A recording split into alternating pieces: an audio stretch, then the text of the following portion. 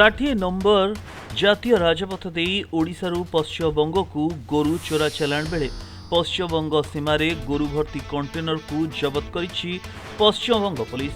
Driver समेत 3 गिरफ होइता बेले 35 ऊर्ध्व गोरु उद्धार करिछि पश्चिमबंग पुलिस।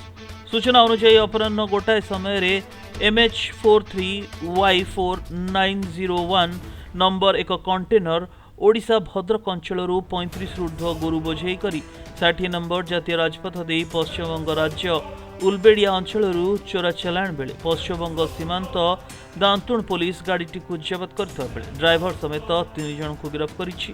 अन्यपटे कंटेनर 35 ऊर्ध्व गोरु को जबत करी बालेश्वर स्थित गोशाला को पठाई अधिक तदंत जारी रखिछि दांतुण पुलिस। जलेश्वर विनय प्रधान का रिपोर्ट प्रतिनिधि। बेक पिठी अंटा आंठू आदि समस्त दरजर एकमात्र तैल श्री संजीवनी पेन रिलीफ ऑयल। श्री संजीवनी लगैले जमा बिंदीवनी।